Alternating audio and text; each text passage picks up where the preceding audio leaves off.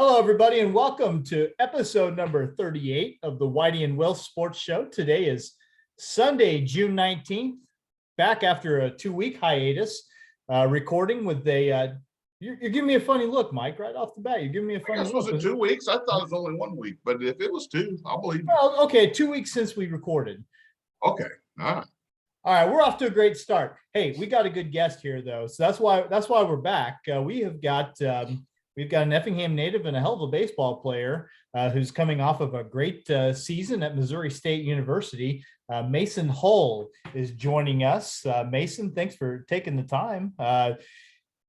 It looks like you had quite the year there at Missouri State. Yeah, no, it was fun. That's probably the most winning I've done in college this season. So it was fun getting to play in the postseason, and it was a good team. Good team I played on. So, Mason, I get asked this question. I'm not getting hard hitting yet. I'm saving that for later. But, all right, Mason, I will say this: I kept seeing those snippets about you all year, and Hull homers again. I thought, holy crap, you were putting up some pretty good numbers this year. Yeah, no, thank you. I appreciate it. Now, our whole offense put up some good numbers. I think we hit like 110 homers on the year. Is there any truth to the rumor that your offensive skills are because of Chris Custer and Jeff Hardick? Is there any truth to that? Oh, come on. No, they coached me when I was younger. They taught me. I know, but Mason, they taught me all the fundamentals. Tell us the truth. Those two were helpful. Yep. All right. I mean, okay, so we're talking about Mason hit 15 home runs this year for Missouri State, 15 home runs in 52 games. A pretty big uptick. And I mean, I don't know, you probably didn't ever consider yourself a power hitter up until this year, but 15 home runs. I guess the question that you always have to ask when you see somebody, start doing something like that is, was that some adjustment you made? Was there a swing change, or were you just squaring stuff up like never before? I'd say a little bit of both. This season we had a new hitting coach come in who kind of changed my mentality at the plate and kind of gave the whole team like a philosophy that was very easy to follow. It's basically, he made it super simple. He's like, pitchers are going to miss in the middle of the zone way more than you think they will. And you just got to be ready to hit them in the middle and swing hard, hit the ball hard. That's about it. So is it a case where, it's like, hey, watch the spin, that slider, just let it go. Eventually they're going to miss. Is that kind of an approach? Yeah, it is. I think the big thing for us was the first 3 pitches of our at bat, statistically are we have the best chance to get a hit or do some damage. So just going up there early and looking for a pitch in the middle and being aggressive. That was a big thing. Yeah, because you see a lot of people taking a lot of first pitch strikes right down the middle. And I agree with you. The best one you get. Yeah, sometimes that's the best pitch you're going to get. Yeah, exactly. So I know that in the regional, I know that it's not fun to ultimately lose, but taking a look back on it now, a crazy game to kind of end the season on. 29-15 the final score against Oklahoma State. First of all, how long did that game last? Was there a certain point where you're just thinking man, this is just got to end? I watched I was out in the field in the 8th inning, and I'm like, man, my feet hurt. I've been standing out here all day. I think the game ended up being 5 hours or something, 5.5 or something crazy like that. You guys were way ahead, right? We were up 12-0, I think, after 3 or 4 innings. 12-0 on the number 7 team in the country. Couldn't you just say, hey, 10-run rule and walk off? That's what I was saying. I'm like, come on. But no, we just ran out of pitching, and Oklahoma State's such a good team that you just couldn't give them anything, and they just kept mashing. I watched that game, and I kept waiting on someone to come in out of your bullpen and not walk one of the first 3 batters they faced. Yeah, I know. Yeah. But both teams were having trouble. So I know it was late enough in the regional Staffs were kind of tired. I mean, there were a lot of walks being issued both directions. Don't get me wrong. And I know your guys are out there giving all they got. But and when they threw strikes after that third inning, oh my. I know. Yeah. Our pitching was kind of thin. We had a lot of injuries all year, and just some guys just didn't perform as well as they would have liked to. But yeah, towards the end, you got to be really deep to win a regional, because that's quite a few games in a short amount of days. So a lot of games in a short amount of time. And I will tell you this, the kid from Oklahoma State who came in and saved their bacon. Yeah. He will be throwing in the big leagues someday, barring an incredible arm injury.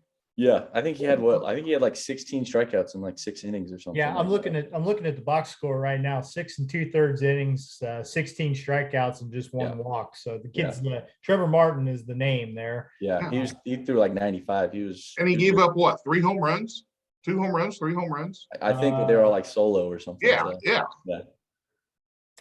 And I'll tell you what, I'm looking at this box score right now, and I'll tell you who I feel for the most, because there were 506 pitches thrown in that game. Yeah. So the home plate umpire, that's the guy that we need to be thinking about a little bit. Oh yeah, I know. I have no idea how you could have any focus left after calling that many pitches. I didn't see the game, so I don't have any opinion.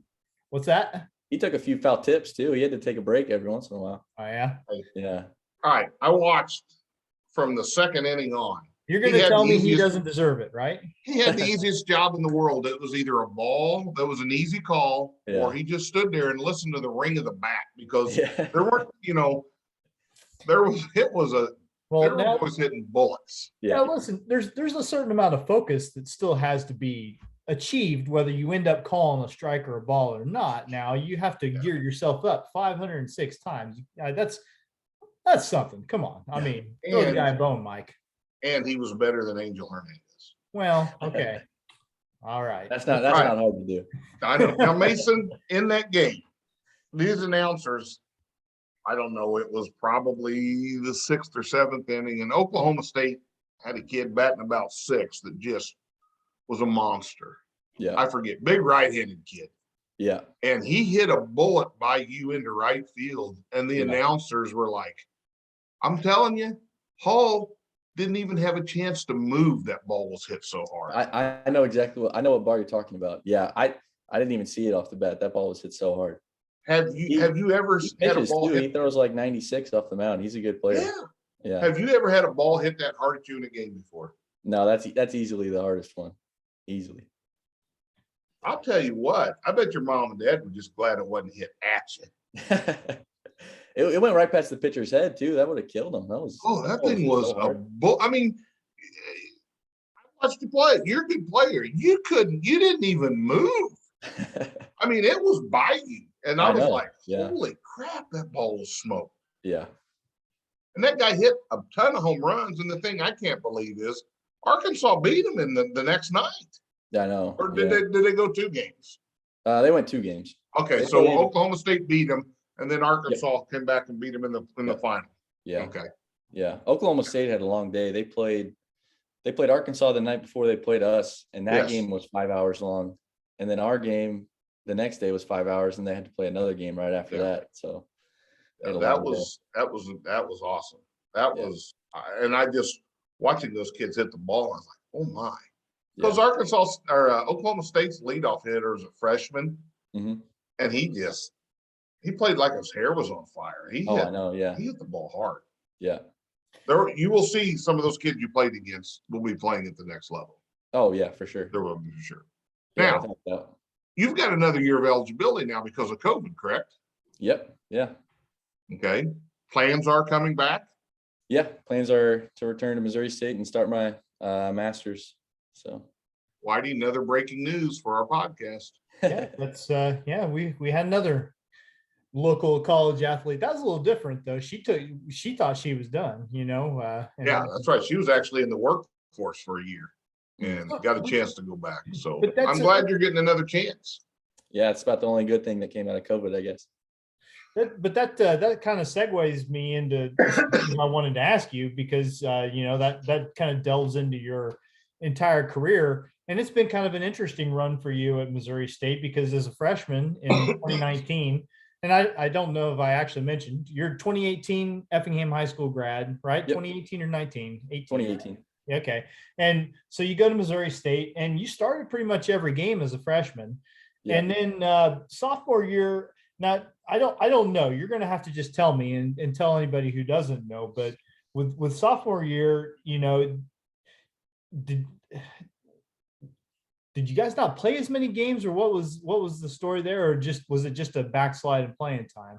Oh, that was the 2020 season. So we played, I think, like 2.5 weeks worth of games, maybe, and then that was we were actually on the bus to fly out of Kansas City to go play, I don't know, in California, I think maybe. And then we got news like halfway to Kansas City that the season basically got canceled because of COVID. So yeah, but then you bounce back, I mean, come back the next year, and that's when the numbers really started to tick up for you. Yep.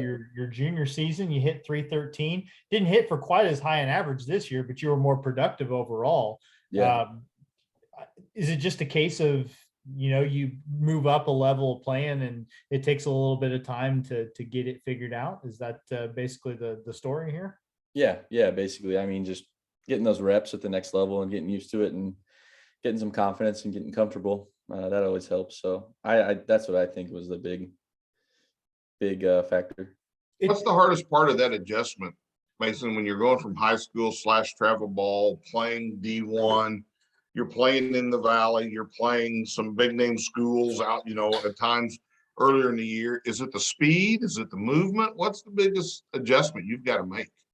Yeah, I think it's just being focused like every at bat and every pitch, because the game right there is played at such a high level that you got to be super locked in every at bat and every pitch. And I think that took me a while to really master. So, but obviously there was something that your coaching staff liked about you, because I mean, you look at your freshman year offensive numbers and they're not fantastic. I think unobjectively we can say that, but you played every game and they clearly believed in you. And saw that you were, I guess they believed that you were going to make the adjustment. Tell me this, did you ever feel, like, I don't know about this, or were you pretty confident the whole time? I mean, my first 2 years though, I didn't really play very well. So obviously there were times where I was like, man, this is pretty hard, but in the back of my head, I was always confident and I knew I could play at this level, and I knew it would just take some time to get used to it. Did you know when you went there as a freshman that you were going to basically start every game? I mean, did you know that you were fit into the plan that way, or did it just sort of work out for you? No, I mean, I knew the shortstop position there was, that's why I played shortstop there my first 2 years, and then I moved to second last year and this year. And I knew the shortstop position was wide open because they had a guy, Jeremy Ironman, who played there the year before I got there. He got drafted in like the second round, I think. And I don't think they were returning anyone else at shortstop. So I knew I was competing with like one other guy, and they told me that. So it was just my position to win. So good. When the season ends, is there as much transfer portal baseball issues as there are in basketball?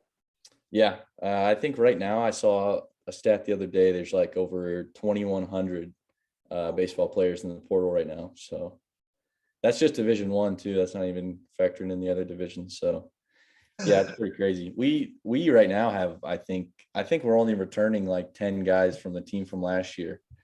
And I think only 5 of them are graduating. The rest of them are in the portal or going. So are there guys going in the portal that just are there because they think they should be playing more than they are? Yeah, that's a big factor. And a lot of times it's like, I don't know, some guys maybe thinking that they could play, I don't know, at a higher level school or something like that. But yeah, it's crazy. I know, because the success at the college basketball level, where guys actually go to a new school and are successful, is not a very high percentage number. Yeah, it's really not. Yeah, that's the transfer portal is crazy. I don't know what they're gonna. I feel like the NCAA has to do something in the next few years to kind of, I don't know, overturn that rule where you can transfer to a Division I to a Division I without sitting out. But I don't know. A lot of people think they need to do something because that's just not right. Well, it just seems like it was a good idea until it happened. And then people are like, oh, wait a minute. We didn't expect this. We thought it would just be people who, no, yeah, it's just like the NIL. Speaking of the NIL, do you have an NIL deal yet, Mason? I don't know. I'm open to any though. Contact me, anyone who's listening. Whitey, here's another candidate. Could you wear like a Whitey and Wils patch on your jersey? Hey, I'll have to find that out. I'll let you guys know. I'm thinking, we could throw in some Pizza Man and Joe's coupons. We may have a couple $10 gift cards left over. Well, here's the deal. It's going to cost us double, Mike, because not only would we'd have to figure out a way to pay Mason, but then we'd have to pay a graphic designer to come up with an actual logo for the show. We can do it ourselves. Hey, Whitey, we're on a tight budget. You and I can do anything. The budget is your wallet. So, we wasted it on Doug Moser. That was our problem. Oh man. So do the guys on your team talk about that at all? I mean, are there opportunities for Missouri State baseball players to get NIL deals?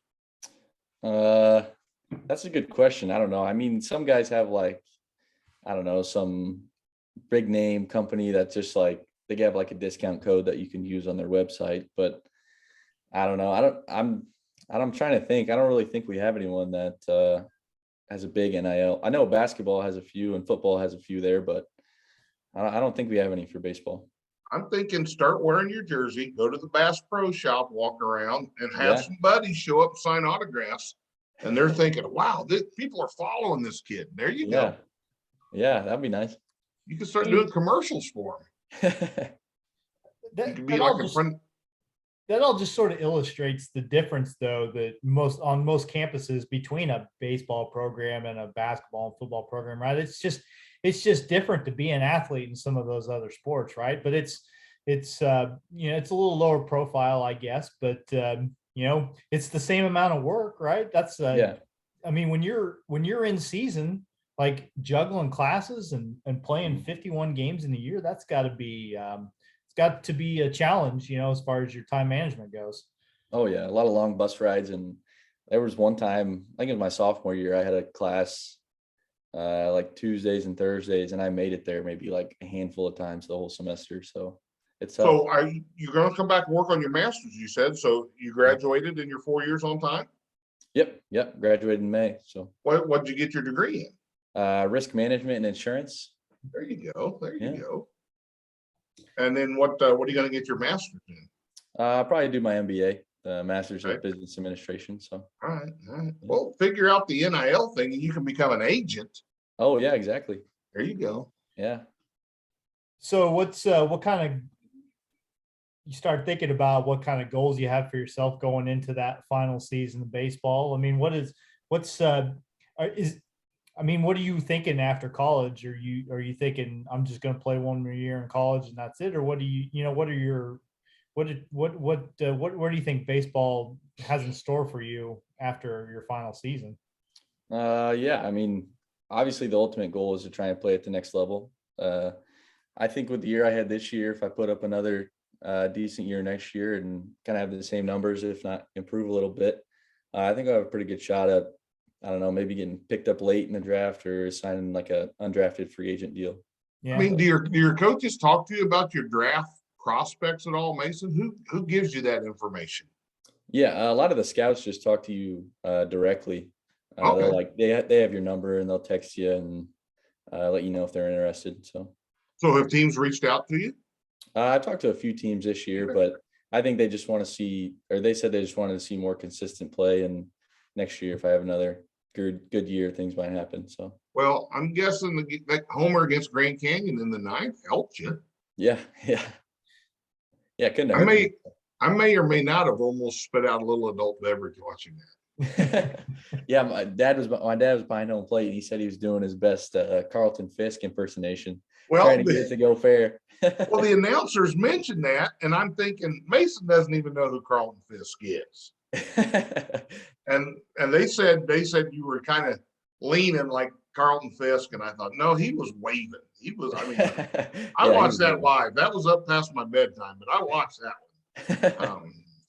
And that was That's a pretty big hit. Is that the biggest one you've had in your career? Oh yeah, for sure. Without a doubt, that's number I one. mean, timely anyway. Yeah. No, that was cool. That's something that was ever in the back of your head when you're playing at Effingham High School. You know, maybe I'll be on TV someday, hitting a game-winning homer. You know, in a big situation. Dude, I don't know. I was hoping for it. It's been cool to play in the postseason in the regional, and that was something we talked about the whole year as a team to try and get there. And when the conference tournament rolled around, we were like, we got a shot to do this, and we just started playing well at the right time, and we made it, and it was a cool experience. So I know that wasn't a walk-off because you guys still had to go out and play the bottom of the inning, but yeah. Any walk-offs off your brother Quest playing wiffle ball in the backyard? Yeah, I've had a few. Actually, I don't know about walk-offs because I've just been blowing him out, but okay, just a lot of dingers. He just throws batting practice pretty much. Yeah, exactly. Yeah. You don't obviously don't get the opportunity to see Quest play school ball, you know, in person, but I don't know. How do you keep tabs on what he's doing? Obviously, I listen to the games when they're on 97.9 or 102.3 on There you go. the app on my phone. So yeah, I was listening to a few games. Yeah. And obviously, I got my dad there videotaping him and sending me stuff. So well, Whitey and I covered. I mean, I had one, you had two, Whitey, in the City Series. Yeah. He pitched what, the third game of the City Series? I think it was the second game. One. Yep, Yeah. and he did a great job too. Yeah, he did really well. So who's better? I mean, he's junior. He's coming off his junior year. Who at this point in their career, who's better? I don't know. Don't sugarcoat it. Hey, I hope for his sake. I hope one day he's better than me. That's fair. That's a fair question. Yeah, I want him. Fair answer. I mean, yeah. Okay, that's good. I do like watching him play because he almost, at first I thought, oh, he could be like a baseball slap hitter because he's quick, left-handed, but he can turn on the ball a little bit. He can pop it. Yeah, he's got some power. I've been trying to teach him when I've been home, so about some stuff. So I've been trying to help him. That's good. Yeah. It's all about sharing and passing on, Mason. I'm impressed there. That's pretty good. Yeah. Go ahead, Whitey. No, I mean, one of the things we like to do, you know, we get people on here who played at Effingham or at St. Anthony and you know, go back down memory lane a little bit. Is there stuff? Are there moments from your high school career that you still think back on a little bit, or you know, have you gotten to the big time and that's sort of just in the rearview mirror for you? Oh no, I have high school memories that I'll remember for the rest of my life. There's nothing like playing high school with your buddies that you've played with your whole life. Obviously, college is cool, but playing with dudes that you've played with ever since you were in like third grade, and it's nothing. It's like nothing else. Actually, the Grand Canyon game when we came back from like, I don't know, we were down like 6 runs maybe or 7.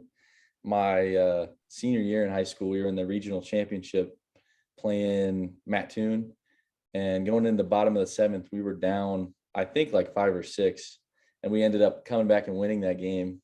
Ryan Sandifer had a walk-off double, and so when we won the Grand Canyon game, that kind of made me think back to the regional championship in high school.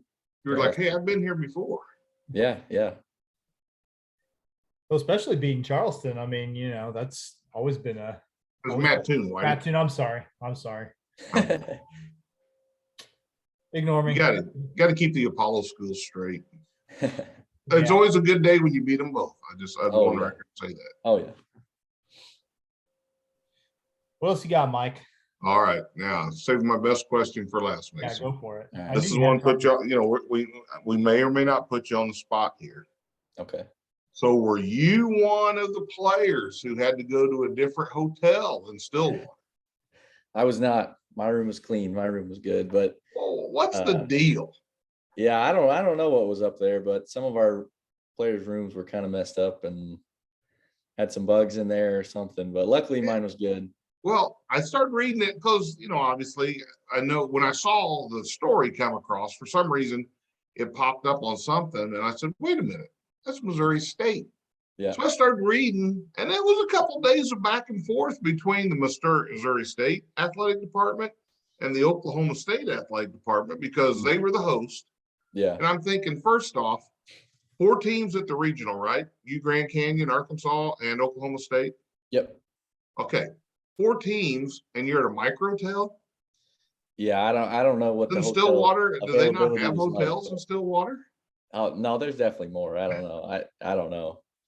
Well, heck, we do a better job of treating teams at the Christmas tournament than that, you know. Yeah. And then, yeah, and then they claim, oh, these players were in rooms that were closed under renovation, not supposed to be slept in. And Yeah. I'm like, no, that's not what happened. Yeah. No, yeah. Some of their rooms were they were in their own rooms and there were bugs in there and it was Okay. Well, there was a lot of things in there. Reading the article, it was, yeah. you know, Yeah, I know. Yeah. might have been some undergarments, Whitey. It's a tough story to read. I had nightmares after reading it. I'm not gonna lie. Oh yeah, I know. I was itching the next day. My room was clean, but I was still itching. I was like, man, You're probably thinking I got bed bugs. Yeah, there was pictures of bed bugs. It was yeah. And here's a powerful Big 12 school, Oklahoma State. And no. Somebody messed up and put you guys. I don't know if it was them or the NCAA or what happened there, but there was definitely some mix up. Well, see, that's almost as big as the girls last year when, you know, their weight room was the size of someone's garage. And, you know, the boys had an incredible weight room at the NCAA basketball tournament. Oh, yeah. You guys could have got the NCAA in trouble. You should have pushed it. I know. Yeah. The NCAA would never make a mistake, guys. You almost made national news. It was to the point, the back and forth, I thought, oh, this is gonna be big. Oh, I know. It was blowing up. It was on like Yahoo News and USA Today and stuff. It was crazy. And then if you could have beat Oklahoma State, you guys could have like brought bed bugs to the next game. That would have been a big game. Yeah. You know. The atmosphere around those regional games, though, I don't know. I assume it was a little step up in terms of you know, just pressure and crowd and everything like that. Anything in college compared to that, or was it pretty much, you know, the closest thing to a pro atmosphere you'd been around? Yeah, no, that was definitely the most pro atmosphere I've ever been around. It was a lot of fans and it was fun. It was the most fans I've ever played in front of in any sport. So it was cool. Yeah. And the atmosphere just, I mean, it was so neat. I know Bobby Heck always tells me his son-in-laws will coach it. Is it always Mississippi State or Ole Miss? I forget, Whitey. Who's at those College World Series? Ole Miss. Ole Miss. He's got a son-in-law who's an assistant at Ole Miss, and Bob goes out there several years, and he says it's the most incredible sporting event he's ever been to. Yeah. Just the electricity in the crowd. So, and you guys were close. Yeah, no, I mean, you were close. Yeah. You could have been. That would have definitely been a David moment if you guys would have got through Arkansas and Oklahoma State. Yeah. That would have been crazy. So, yeah, that's cool. Yeah. All right, Whitey, you got anything else? You ever made the trip to Omaha to see College World Series games? Yeah, I think I went in 2013, 2012, maybe. I went with the team that Chris Custer and Jeff Hardy coached, I think, actually. Okay. So, yeah, we made a trip out there. It was really cool. I know Effingham had a Legion team one year that went and played out in a tournament. It must have been close to that because I went along with them then. My father-in-law was coaching it. I think it's 2011. No, maybe it's 2009. I can't remember. Anyway, it was one of the last years. When you went, was it still in the old stadium or had they opened the new stadium by then? I think it was in the new stadium. Okay. Yeah. I mean, it's something else too, you know, the way the way they play those games and schedule them, you know, it just, you get fans from several different teams all in there at the same time. And yeah, it's a fun atmosphere, but also, man, the games, they felt like they took so long too. I guess just because of pitching changes and stuff like that, but something I think everybody should do once, you know? Yeah, it is. It's really cool. Yep. I don't know, Mike. Sorry, Whitey, my phone's blowing up. This Custer guy, I told him we gave him and Hardick a shout out. Now we could maybe get sponsorship now, like Taylor Law, because we've mentioned Chris Custer like 4 or 5 times so far in this episode. Yeah, there you go. Yeah. And again, Mason, you gave him and Jeff Hardick too much credit. I'm just telling you. Hey, they were a big help. They were a big help for me. So yeah, well, they brought snacks. That would be their big role. I figured that's where the power stroke finally came Yeah, from. Something that Chris Custer told him years ago finally clicked because we Yeah, know finally. Chris Yeah, was a finally. big power guy. Yeah. Hey, who was in charge of bringing the Little Debbie oatmeal cakes? We're gonna get some more. Yeah, I don't know, Mike. We've had Mason on here for about a half hour. If you got anything else? So he handled my cutting edge question on the hotel gate, so I was impressed. All right. No, I don't. I don't know that I've got anything else other than to, wish you good luck on the next season. Glad you're going to keep it going, and no reason to believe it's not going to be another good one. You've had 2 really good years in a row, so it seems like things are really clicking for you. Yeah. No, thank you. Mason, like I said, you have another year like that. Yeah, you can get drafted. You've already got an incredible moment on ESPN with that 9th inning home run. I'm sure there's multiple copies saved throughout your extended family of that video clip. So that's the best part. My mom was at the game videotaping, and she's got one of her screaming, so it was pretty cool. Cool. That's what it's all about.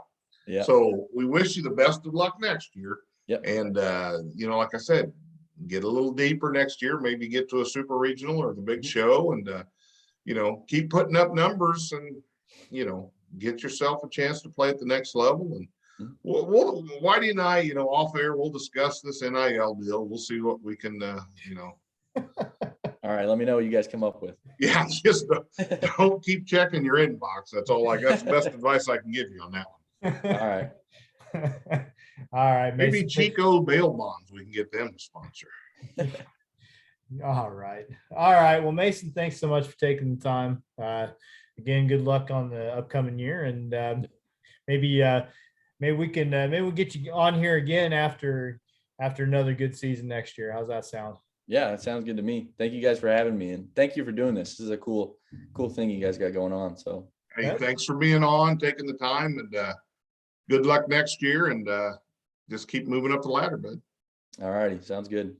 All right, that's Mason Hull. He's 2018 Effingham graduate. Going to play his final year at Missouri State next year. We learned on the show right here, so we'll give him a chance to bail on this. I know, Mike, we probably have a couple other things to talk about before we sign off. Yeah, a couple things, not many. Yeah. So, we kind of told people before we signed off with Coach Freck last time we were on that we were going to be sort of intermittent about when we record, but then the opportunity to talk to Mason showed up here, and and ideally we were going to talk to him last week, and he had some commitments, we had some things going on, so no rush. I had to go to Nashville and move Zach from one side of town to the other. Now, Whitey, you would love where he's living. His building, okay, he's on the south side of his building. It's just a big square, I don't know, 4 or 5 story. It's all condos. On the north side, you walk out of the exit on the north side and you walk into First Horizon Ballpark. Okay. Where the Nashville Sounds play. They're right across the street. And that's AA, is that right? AAA. AAA, okay.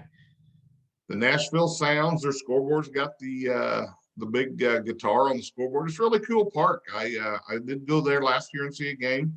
Neat place. I think they're the Pirates AAA affiliate. Brewers.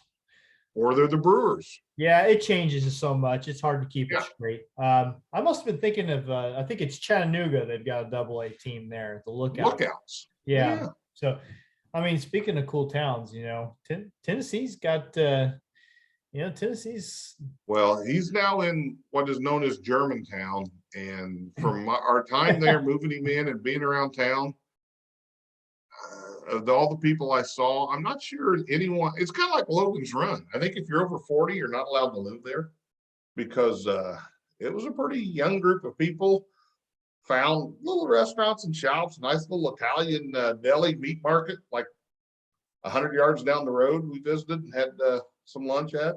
I saw you got you were tagged in some Facebook posts that I happened to see, and it looks like my daughter made some video, and it wasn't very flattering. It wasn't very flattering. I didn't. Well, I like the bandana on your head. That was it's a good look for you. I don't really know why you don't do that all the time. I could. Well, Yeah. I did today when I was mowing on Father's Day because my children were unable to help. So I mowed today. And Well, yeah, I don't like to wear hats. I'll start sweating and ruin hats. So yeah, I wear the do-rag and you gotta have is a couple hats just set aside that are already ruined, and you just keep ruining them. yeah, good call.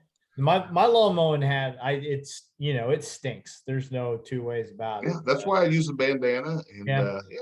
Well, I saw Morgan's video and it seems like maybe she might have had a valid excuse, but it didn't seem like she was doing a whole lot of the work.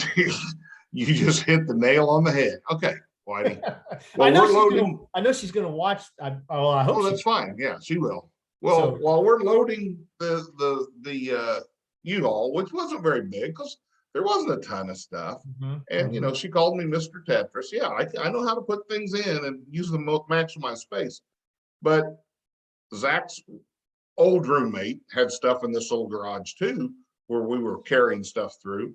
And there were some boxes and stuff she had piled up, and there was a roll of carpeting, taped up. Okay, that's round. And she had her phone setting on that, leaning up against like some old can. And then she got mad when we bumped something and it fell. And, hey, how about flat surface, not a round surface?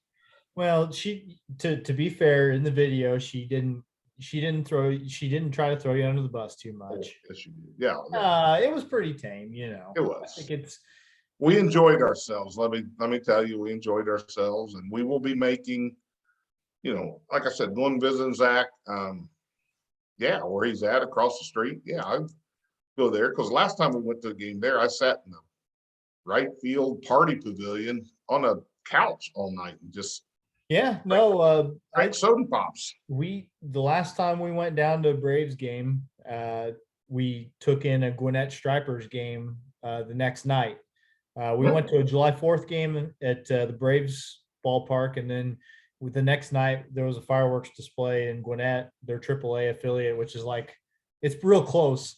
Not all teams have this, of course, but their AAA affiliate is like a half hour away, maybe, depending on traffic.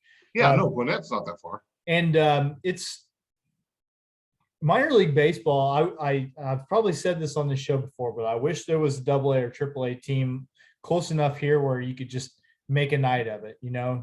I'd say AA.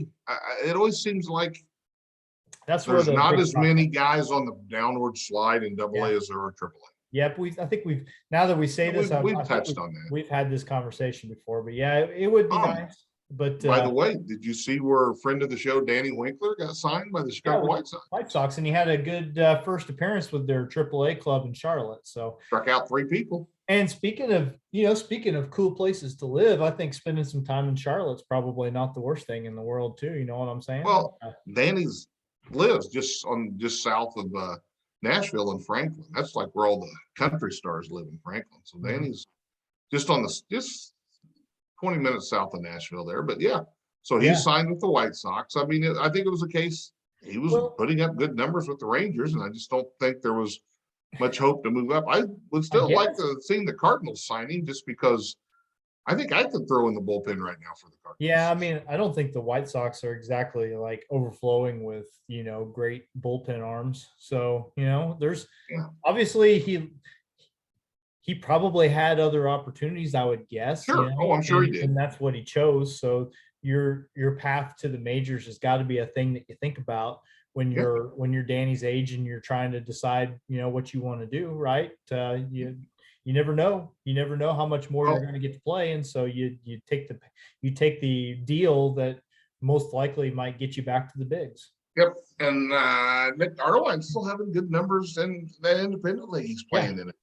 He just keeps coming in and throwing a lot of scoreless innings there. So and it's funny, when we talked to Danny, he mentioned Matt Carpenter. And Matt Carpenter took his release from the Rangers to go sign with the Yankees. Went to Gene A. Nickham Field and started hitting homers. Yeah, the Yankees got their, I don't know, I'm sure it was just a league minimum deal. I don't know for sure, but they got their money's worth in a week and a half because he hit, what was it, 6 home runs in 10 games or something like that? I think that I saw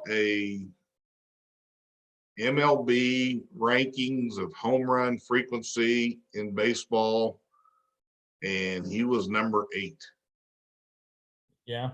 this season. Yeah, it's and people make a lot of the ballpark with the Yankees.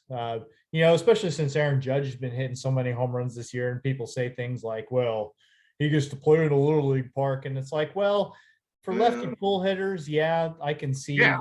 If you're pulling the ball down the right field line. There are also stat services that tell you a batted ball with the trajectory and the speed off the bat, how many MLB stadiums it would have been out in. And Aaron Judge has hit mostly legit home runs. So Yeah. People can say what they want, but anyway, that was cool because Danny brought up Carpenter's reworked swing, and then we saw some proof of that. So that's cool for Danny. I'd love to see him get another chance, and I think that's the good opportunity for him. Also, Heck, we need Lord knows Tony La Russa likes to run relievers in the game. Well, and Danny's a veteran too, so that also helps his case with Tony. I think that Tony really loves to use guys that have that experience. So, and I could go in on TLR a little bit more, but I'm not going to do it. That's enough. Yeah, we don't want Tony to catch wind of this. We don't want him to watch the show and then take it out on Danny, once he gets called up. So we do need to thank our interview with John Freck, the North Clay coach, baseball coach. Boy, a ton of people, at least by our standards, watched that. And well, I reached out, I encouraged a few people from the North Clay area to share it after they watched it. Mm-hmm. And I think that flooded the airwaves down there. I got to give Josh Zink an attaboy again. I think he helped us. Yeah, well, he's almost checked off enough boxes to be a guest. Yeah, we might. Or he could just be a correspondent. Maybe we just have him on for a second. We're gonna figure something out because they really and I think that's great. I think it really illustrates how that entire community got behind that team. If you saw pictures of their welcome home, that was incredible. Yeah, very cool stuff. And so big thanks to them for giving us a shot and hopefully listening to some other stuff we've done, and got a couple new subscribers out of the deal. So yes. Hey, Whitey, I know today's Father's Day. Happy Father's Day. Well, thank you. You too. Guess what I got as a gift from my children? Oh, let's hear it. Tickets to see Leonard Skinner. Oh boy. Really? Yes. So Gary Rosenthal is still alive. So there's another Van Zandt brother that sings for Leonard Skinner right now, right? Yes. But not the 38 special guy, right? It's a different. No, it's the different. Okay. All right. Well, listen. So we're going to see him. I'm pretty excited about that. Well, that reminds me, my parents were supposed to go see Alice Cooper a couple of years ago, and it got canceled because of COVID. So they got tickets to go see him again this year, and it sort of boggles my mind that somebody Alice Cooper's age still has the energy to go out there and do shows, but it's to everybody's benefit because Gary Rosenthal's pretty old. Yeah. They've Leonard Skinner's first album came out in like 1970 or 72. Something like that. I forget. They have an incredible documentary. Will you still remember that? Oh my, it is awesome. Well, we've managed to not talk about any sports since we let Mason go. U.S. Open was awesome today. Very exciting finish.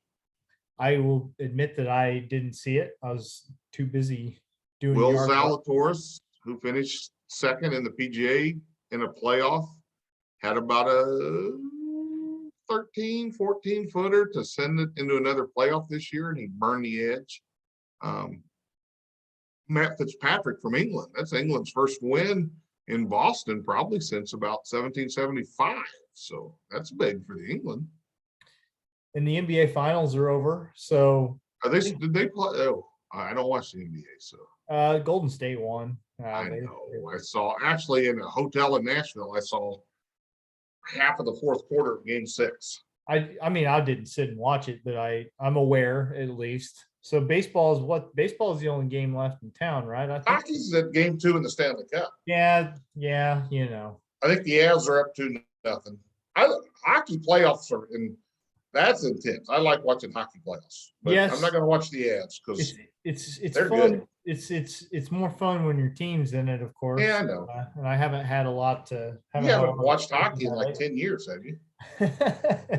Well, I got in on the Blackhawks at a good time, and then it hadn't quite been as much fun for a lot of hockey and non-hockey related reasons since baseball. The Braves, 14-game winning streak? Yeah, until they played the Cubs. It was interesting. They met the Cubs. First game of that series, the Braves were on a 14-game win streak. The Cubs were on a 10-game losing streak. And I said to somebody jokingly, I said, well, this is sure a sign that Atlanta's going to go up there and drop 2 out of 3. And that's exactly what happened. So, yeah, my daughter was bugging me about going up to the game today. She thought we should go. And I wouldn't have minded going, but right now it costs like $200 to drive to Chicago and back, probably. So, well, gas was free on the way to Nashville, so we were okay. We did hit some 450 gas. I saw 430, but I wasn't smart enough to stop. So you should have been pulling a tanker behind you. Yeah, that was no. We had to go the penny route. We heard about all this. Yeah, and if you're going south, I-24 to Paducah, you think you're in a parade. It's all construction. We talked about taking a train up to Chicago, right? But with the afternoon games in Chicago, you can't take the Amtrak all the way to the city because they drop you off at Union Station like 15 minutes before the game. There's things you would see there going from train to the L that your kids would never ever see again. Yeah, it'd be entertaining. It wasn't going to work for a lot of reasons, so I just listened to it on the radio while I mowed today. That was good enough for me. That's a good Father's Day, getting out on the lawnmower for a couple 3 hours. And Cardinals took 1 of 3 in Boston, which is one more than I thought they would. Yeah, Boston's another team that kind of looked like garbage early on, and they've figured a few things out. So that's like the only team the Cardinals can't seem to compete against is the Red Sox. Well, I don't know why it is. That's that Boston mystique, something like It's the water. It's that muddy water. They should be able to score some runs against Boston still. Well, they did in game 2. Yeah, that's one thing. Nolan Gorman hit a ball. I mean, yeah, I think 3 home runs over 440 feet. I'm really sick of the Cardinals pulling these Nolan Gormans out of their asses all the time. Like, how do they just they've always got some prospect, some guy that I kind of heard of, but not. Hey, you're still sore about Juan Yepez being dealt by the Braves for Matt Adams. Yeah, I don't know. No, I don't. That's not really figured into it. I don't know. Maybe Nolan Gorman strikes out a lot, but when he hits the ball, he hits it hard.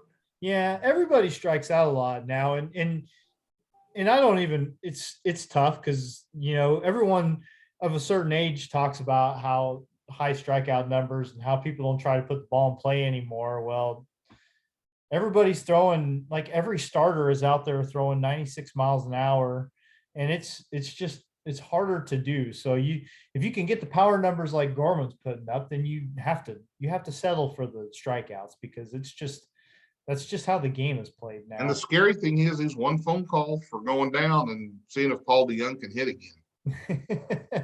And Paul DeYoung's who I'm thinking about when I think about these Cardinals players who just kind of come up and they're really good for a while. And then, I don't know. Hey, Whitey, here's a trick question for you. Who leads the National League? And I think it's the FB WAR, because there's 2 different wars. Yeah, there's Fangraphs WAR, there's F WAR, and there's B WAR. The B WAR. I think it's the B WAR. Do you know who leads the National League in B WAR?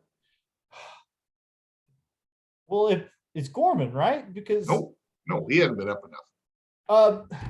Well, it's somebody. Nah, it's not Gorman. It's somebody. I mean, it's obviously somebody unlikely because you're asking me, and I heard this, and I saw this, and it surprised me too. But Tommy Edman. That's right. I knew it was a Cardinals player. Well, of course. Now, how much of that is? He's hitting 320. He's got several homers. Defensively, he's solid. Yeah, I forget and the big difference between those two WAR calculations is how they factor defense into it. It's the one because I saw people were complaining, well, he's 8th in the other. And I thought, well, I'd take 8th in the other. Yeah, that's pretty good. Still pretty good.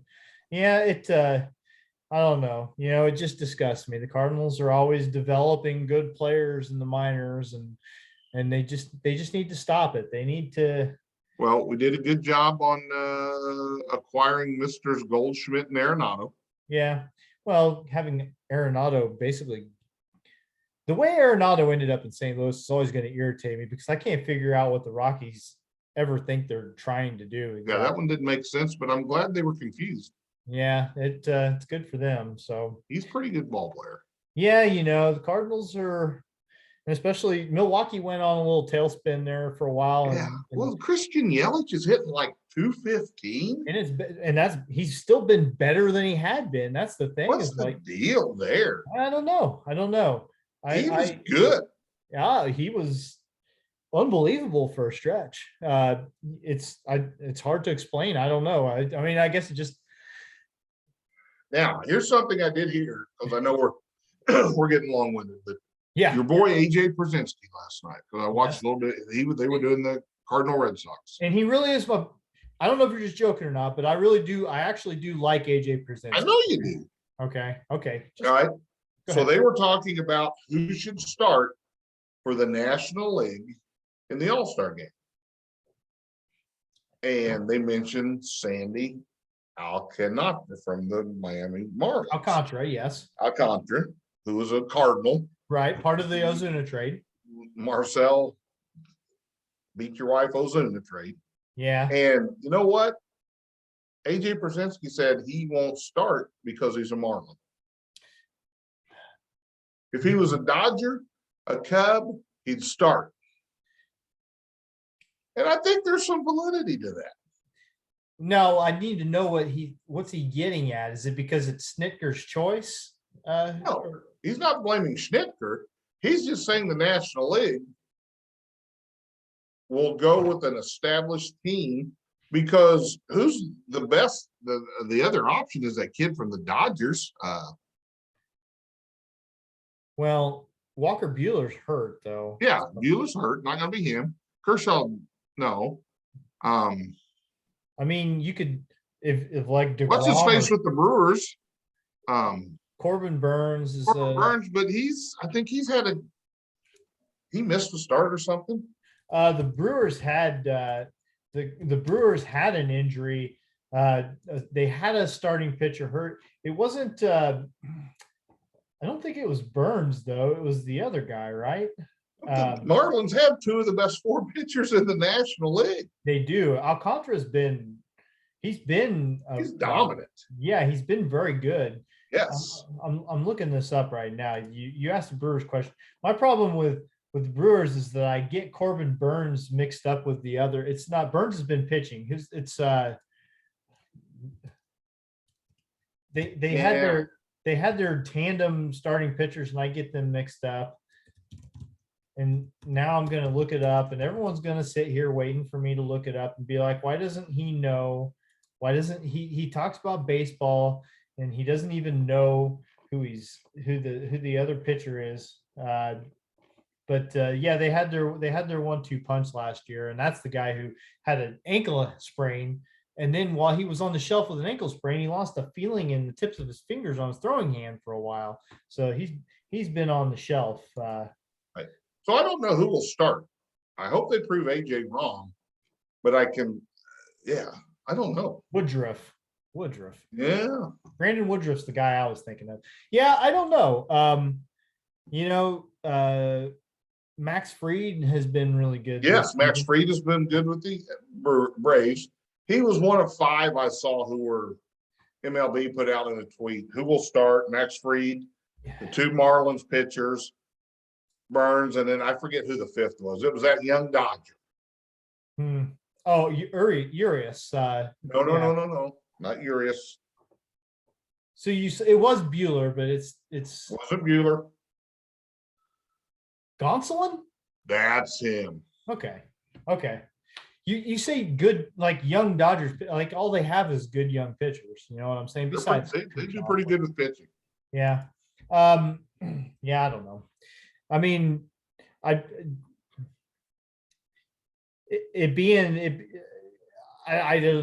you couldn't go wrong though. I mean, they would obviously want it to be like Scherzer or DeGrom if either one of those guys were healthy, but it's been a pretty bad year for star pitchers. Yep. So we'll see. I probably won't be watching it anyway, regardless. I'm not a big all-star game guy. I used to watch to see if Lou Brock would get in and steal a base. Well, the all-star game used to be something different than it is now. It loses a lot of its luster when they play so much interleague now. I mean, right. I agree. There was a little more novelty to it back, and there was more rivalry between the two leagues back in the old days too, and that just doesn't really exist anymore. But the home run derby is fun again. It used to really stink, and then you guys were out there for an hour. Yeah, when they did their rule changes a few years ago, that brought things back around a little bit. Now, I did see somebody wants to see Albert Pujols in the home run derby. I mean, that would be kind of interesting. I think he'd run out of steam, because he's an old man. But I could see like it'd be kind of fun to get kind of a veteran crew out there, like guys that are kind of on the tail end of their career, but give them one last go at it. That might be kind of interesting.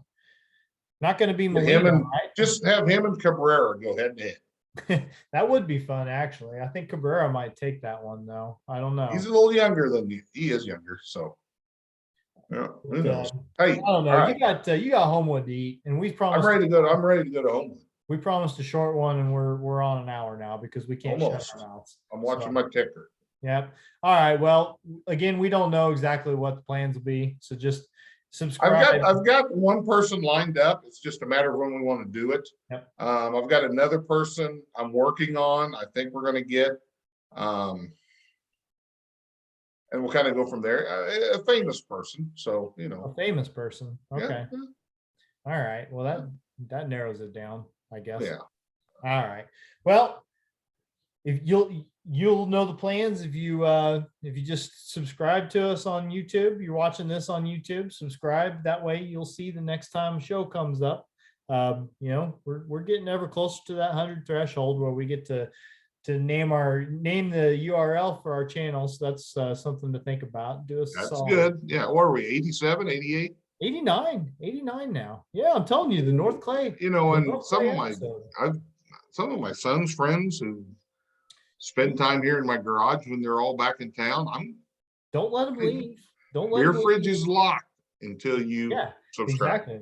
Their coolers disappear. Okay. Yep. Nope. You subscribe and you can have the cooler. All right.